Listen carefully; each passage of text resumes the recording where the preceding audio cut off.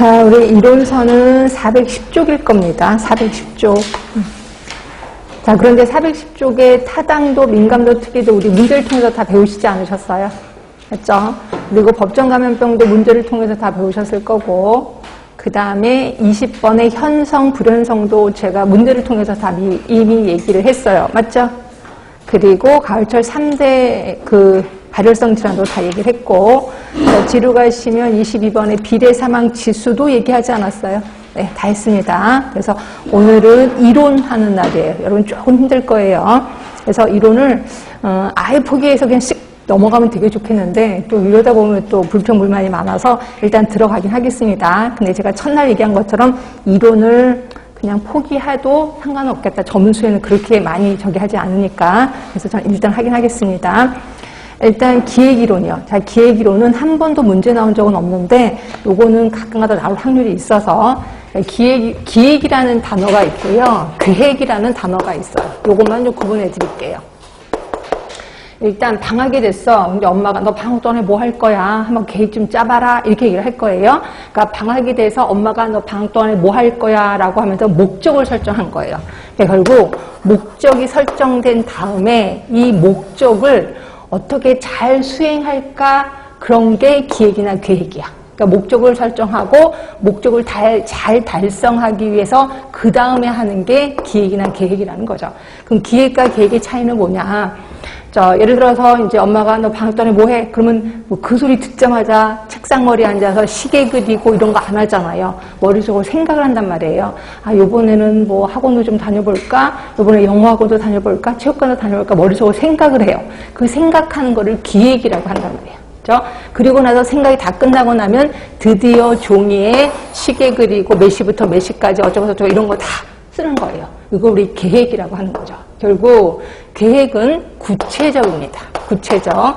그런데 비해서 기획은 포괄적이에요. 이것저것 다 생각을 하거든요. 자, 그리고 계획은 약간 정적입니다. 하나의 아웃풋을 종이로 딱 나와야 돼. 그런데 비해서 머리로 생각하고 막 하는 거 보니까 요거는 동적이겠구나라고 보시면 돼. 그래서 계획은 조금 더 구체적인데 비해서 기획이 훨씬 더 포괄적인 거예요. 그래서 우리는 이 중에서 기획을 배운다라고 보시면 됩니다. 그렇죠? 자, 그래서 보시면 거기 쓸 거예요. 기획은 계획을 행하는 활동 과정이고 계획은 기획의 결과 얻어지는 산물이야. 그러니까 계획은 한마디로 아웃풋 하나의 종이에요. 이게 계획이고 기획의 결과 얻어지는 산물이라는 거죠. 자, 이 중에서 우리는 기획을 할 거예요. 자, 기획은 결국 동그라미 2번 행동하기 전에 무엇을 어떻게 해야 하는지를 결정하는 거야. 결국 미래를 예측하는 거죠. 자, 그럼 기획의 특성입니다. 시험 문제는 이런 것들이 나올 거예요. 기획의 특성이 아닌 건 뭐냐? 이런 식으로 나올 겁니다. 자, 미래지향적이에요. 미래 어떻게 하겠다. 그리고 목표지향적이에요. 목표를 어떻게 수행하겠다라고 하는 거고. 그리고 5번에 보시면 기획은 계층적 특성을 갖는데 계층적 특성이라는 게 뭐냐면 그런 거지 뭐 상위, 하위 이런 게 있다는 거죠. 그래서 기획을 짤 때도 큰 상위 계획이 있고 하위 계획이 있는 것처럼 이런 계층적 특성을 갖는다는 거고요. 그 다음에 나머지도 좀 보시면 되고, 자, 기획의 원칙도 조금만 볼게요. 굳이 외우지 마세요. 자, 목적성의 원칙이요. 구체적인 목적이 있은 다음에 기획을 하는 거죠.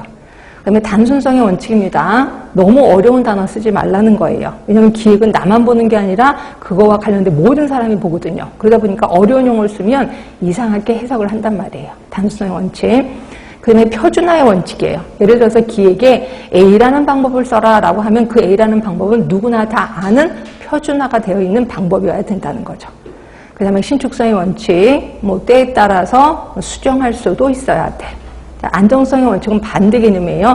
너무 지나치게 수정해서 기획 자체가 방향을 잃어서는 안 된다는 거죠. 그래서 신축성의 원칙과 안정성의 원칙이 약간 반대 개념이라고 보시면 될 것 같고, 자, 경제성의 원칙입니다. 항상 모든 기획은 경제성의 원칙. 결국 돈은 조금 들이고 결과는 왕창 얻는, 그게 이제 경제성의 원칙이라고 보시면 될 것 같아요.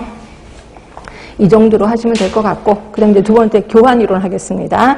자, 교환 이론은 말 그대로 교환하는 거예요. 자, 교환하는 거는 뭐 예를 들어서 우리가 시장에 가서 물건을 사고 돈을 줬어. 이것도 교환 이론이에요. 그렇죠? 자, 그런데 이러한 교환 이론은 간호 과정 중에 특히 수행 단계에서 잘 이루어진다는 거죠. 수행 단계에서 예를 들어서 내가 뭐 이런 거겠지, 마을버스를 타고 그 지역에 가서 할머니한테 교육을 해주고, 그 다음에 혈당 체크를 했어. 그쵸? 그럼 할머니는 고개를 끄덕여. 이런 것들도 모두 교환이론이라고 볼 수 있고요. 지금도 제가 하는 게 교환이론일 수 있어요. 제가 설명하고 여러분들 고개를 끄덕여. 그럼 이것도 일종의 교환이론이다. 이렇게 보시면 될 것 같아요. 그래서 교환이론은 그것만 기억하시면 돼. 수행 단계에서 가장 잘 이루어진다. 이것만 기억해 두시면 되죠. 자, 이제 조금 어려운 거 체계이론 하겠습니다. 얘는 시험 문제 좀 단골입니다. 체계이론. 자, 체계이론은 뭘 기억하시면 되냐면 물고기 생각하시면 돼요. 뭔가가 들어갑니다. 이걸 투입이라고 하죠. 그리고 뱃속에서 변환 과정을 일으켜요. 변환 과정. 그리고 나옵니다. 뭐가? 산출.